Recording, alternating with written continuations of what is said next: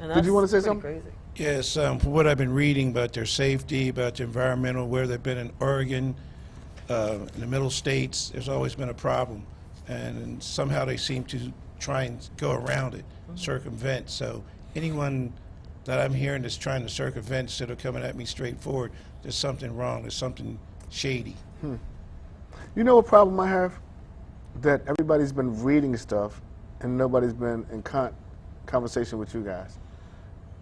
I mean, have they? I mean, yeah, but again, 1694-1 elected me to do a job, and that's what we're doing. And matter of fact, Absolutely. I've contacted the people in Oregon, been emailing them, talking to them, and want to talk to their legislators. We had at the board meeting, Fred Sears was talking about going to these other places. I said, let's go to let's take a trip to Oregon to find out why they voted it down. You know, what did they see that we don't know about? You know, and again, I don't know. I gotta give Mike Bugatti a lot of credit. We don't always agree. He's been out there fighting for. He's on the board. He's been fighting hard for us. But we need to get more information to them. We're ready to meet with IMAC with all the ministers because again, this is going to mess up the environment, the community. Where's Sam and those guys at AFL-CIO? Have you spoken to those guys? Yeah, and Sam is with. He should be with us. You know, he's with us. You know, again, Norman, my thing is, I got to go. We got to make it happen. But isn't he on that Diamond State board? No, he's not on there now. Okay, no, he's not on there. You know, who's on that board? you have to. There's 6 people from the Markell and his cabinet. The Tom Cook, Lou, the Homeland Security, Lou Cirillo, Levin. At least 6 of them. I can't. Fred Sears. I know. Well, yeah, and then Helene Mike Keeley. Bugatti. Helene Helene's on Keeley there, and Bob yeah. Venables are on it from the legislator. DePinto's on it from the city, so he might get switched out depending what Dennis does. Well, he's out of there. I mean, Is he already out of yeah, there? he's already out. Well, then he shouldn't be on that board then. Yeah, he won't. So you have Lavelle. You said who did you say the legislator? Levin, no, the Dito. No, I'm talking about what you have. Helene Keeley and who else? The only people from the legislator is Helene Keeley and Bob Venables. Well, Helene Keeley's a city person. What is she saying? She's been pushing it. She didn't come to the meeting Friday when they Pushing what? She thinks this is a good idea so far. Wow. She didn't come to the meeting Friday at the board meeting so we can answer questions. This is why I'm asking the community to have public hearings, and for people who can't get to the hearings, we need to have a forum on Channel 28 and a couple of people told me they would give us shows because, again, this is going to impact the whole community, you know.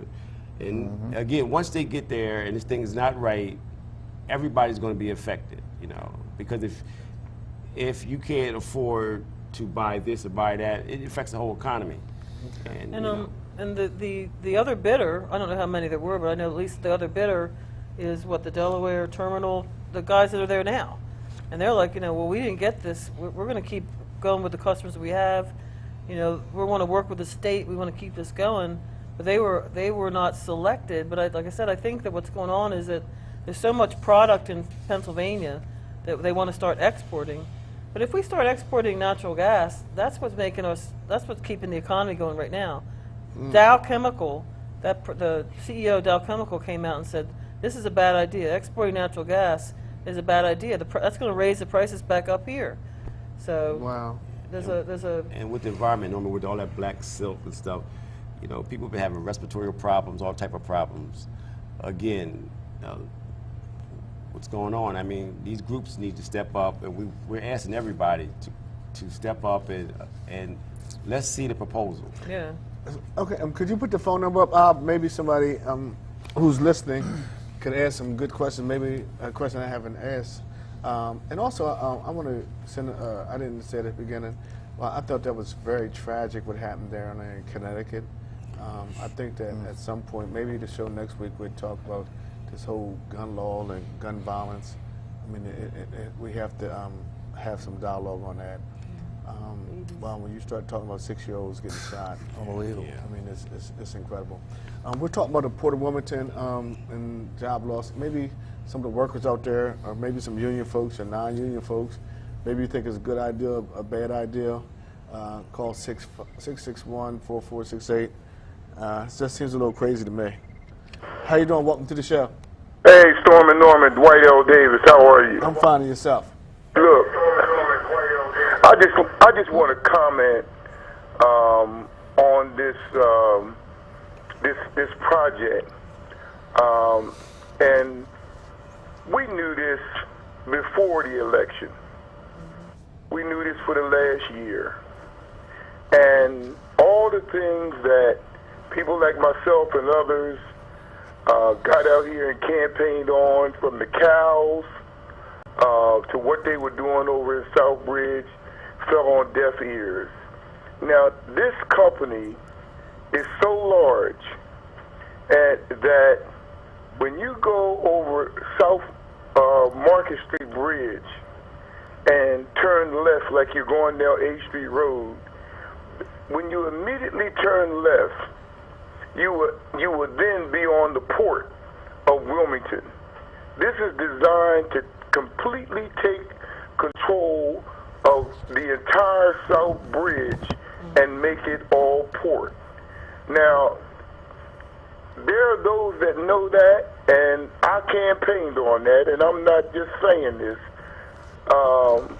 but we know Councilwoman Hanifa Shabazz and others have supported the expansion of the port to completely take over Southbridge.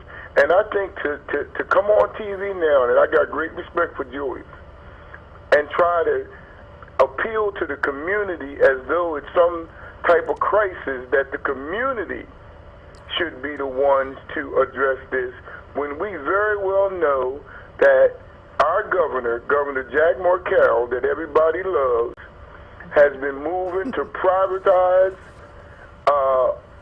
education, the port, so forth and so on.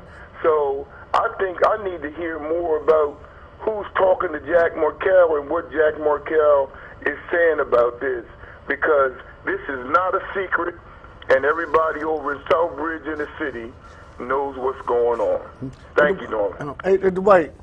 Yes. You want to hold for 1 second? I mean, Yes, sir. I think that you made some good points, but a couple things. I think that Julius has spoken out on this. And with all due credit to Joyce, he has. Okay, thank you. Go ahead. Yeah, we've been talking about this over a year, and that's the reason why I ran for office again. And again, Norman, you know, our group, people laughed at us. But right now, and I agree, what I'm really mainly shocked at, that Democrats are doing this time. That's that's the surprising part. I mean, you have guys like Earl, and you have Dwayne Fly's cousins and family.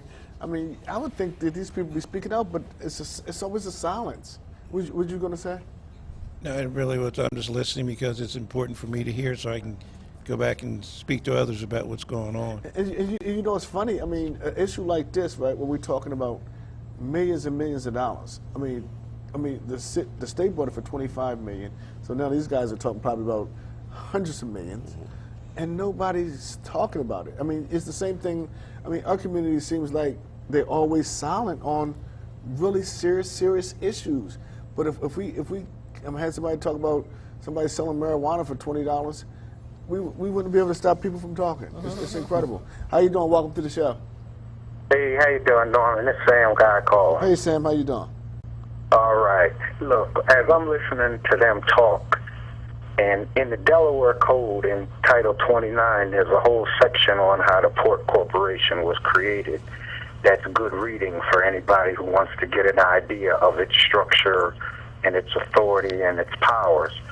But I just want to remind you, when we were on City Council, don't you remember I used to have a lot of problems with all of those corporations that the city had that didn't want to be accountable to City Council? Right, absolutely. Remember, I used to put in legislation to make them give us information about how they were distributing money, and they always wanted to act like because they're a corporation, they weren't accountable to us. Absolutely. And that wasn't acceptable to me. But what happened is when the deal was cut to create this Diamond State Port Corporation, what they're now trying to do is what it sounds like. They've talked to the lawyers and said, well, under Delaware corporate law, the board of directors run corporations. And so the board of directors are accountable to the corporation, not to the legislators who formed the corporation. This is what it sounds like is going on. So what they need to do is they have all these lawyers that work for all these union people, and them lawyers need to look into their corporate law as well as their governmental law to see what the limitations are with respect to the board of directors restructuring how things are done. Hey, Sam, can I ask you a question?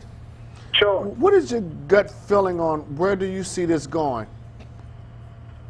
Well, I got my gut feeling when I heard them say that they got the idea that Levin and them decided they was going to go to the lawyers. And when they say lawyers, I bet $1 million that they're going to the people who specialize in corporate law to see under Delaware's corporate law scenario whether or not they can just act on their own, whether they've been given the authority to do whatever they want to do within the corporate structure. Sounds like they're trying to bypass the legislature because they know it's difficult to do what they want to do if the General Assembly has to vote on it. But you remember we had those corporations, all them different Wilmington corporations, and you remember how frustrating it was Absolutely. that they didn't want to be accountable to us? Hey, Sam, I just want to keep the dialogue going because I appreciate your input. So once, if in fact, right, that something like this go through, where do you think the union stand? I wouldn't know. I'm just commenting on what I'm hearing. And they have, like I've always said, I've been in Delaware over 20-some years, and all the unions in Delaware that have their members that live in my community, the lawyers that represent them live in Pennsylvania. So those are the people who they're going to have to deal with to save them. Thank you, Sam. That's a good input. I mean, Sam, he made some good points. Oh, How you doing? Welcome to the show. Yes, Woman Oliver, what you think about, I heard something about eugenics. What is eugenics? You ever heard of that? Eugenics. Nah, we're talking about the Port of Wilmington right now. I'm not familiar with.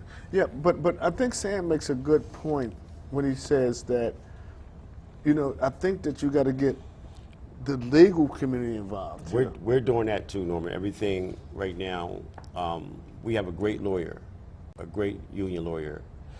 We're doing that too. Also, let me say this, Norman. The state says that the state takes $31 million in taxes from all the workers at the Port of Wilmington. The state said they're losing $3 million. They give $3 million away for parties and stuff. I think that if that's the issue, just the $3 million, we can find a way to tighten up our belt. The Port buys brand new cars for everybody. There's things that we can do to tighten up for that $3 million. But again, Norman, and like I said again, these are our concerns. And again, environmentally, it's a disaster.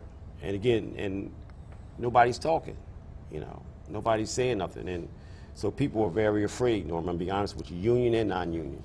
I mean, early on, when this thing was going down, they were talking about everything had to go to legislature. They wanted, matter of fact, Bobby Marshall said that he wanted to go line item for line item in this package. And Alan Levin didn't want that. He said he didn't think it was necessary to go line item by line item. But you have so many people, like you're saying, in this city who has husbands, uncles, cousins, brothers, daughters. I mean, so many people worked on these ports. Are you serious? I mean, are they literally just going to stand by and let this happen? I mean, I hope not. That's incredible. This would have been done last year if State Representative Dennis Williams didn't get involved. This was supposed to have been done, voted on last year. But we raised so much noise, and they waited a year. And you're not even allowed to picket, are you? No. No, we can have a How you doing? Welcome to the show. Hi, Norm, and hi, Joyous. How you doing? Hi. I was listening to Dwight, and I received a couple calls from people that have houses, own homes down there at South Bridge.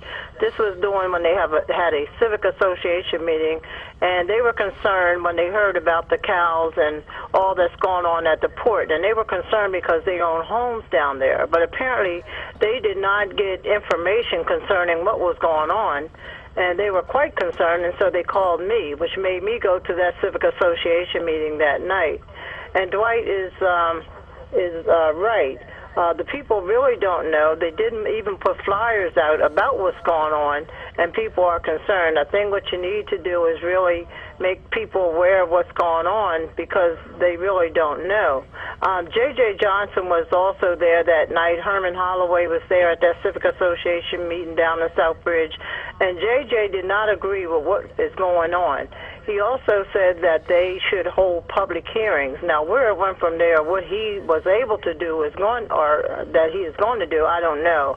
But I know they said they definitely need to make the community aware of what's going on, get these people involved. And J.J. Johnson said they need to have public hearings. Hanifa Shabazz was there also.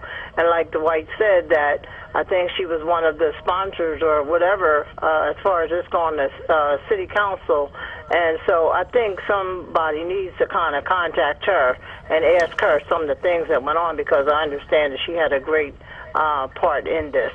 Well, maybe Councilwoman Shabazz is watching the show. Maybe she could bring some clarity to this because I think it's two different issues. It is. Right? I mean, talking about that important that the herd, the cow herd. Yeah. I don't. Did it go through? Did that go through? Did that bill go through?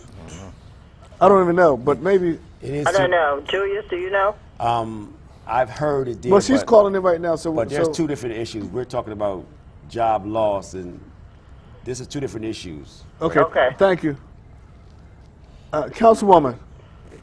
Yes, sir. Yeah, we're getting a few calls in reference to, and it appears to me, I don't know, it seems to me it's two different issues when they're talking about the cow herds, and like you're for like eliminating port jobs, and this, I think it's two different issues. It's totally two different issues. What So- we're talking about. I'm sorry. Go ahead, go ahead. You can speak. Go ahead. Hello. Yeah, okay. It is totally two different issues. The project that's down at the port, the project that's dealing with the cow staging facility where the cows just come in and are staged there before they're shipped back out of the into Argentina. That has nothing to do with the privatizing of the port.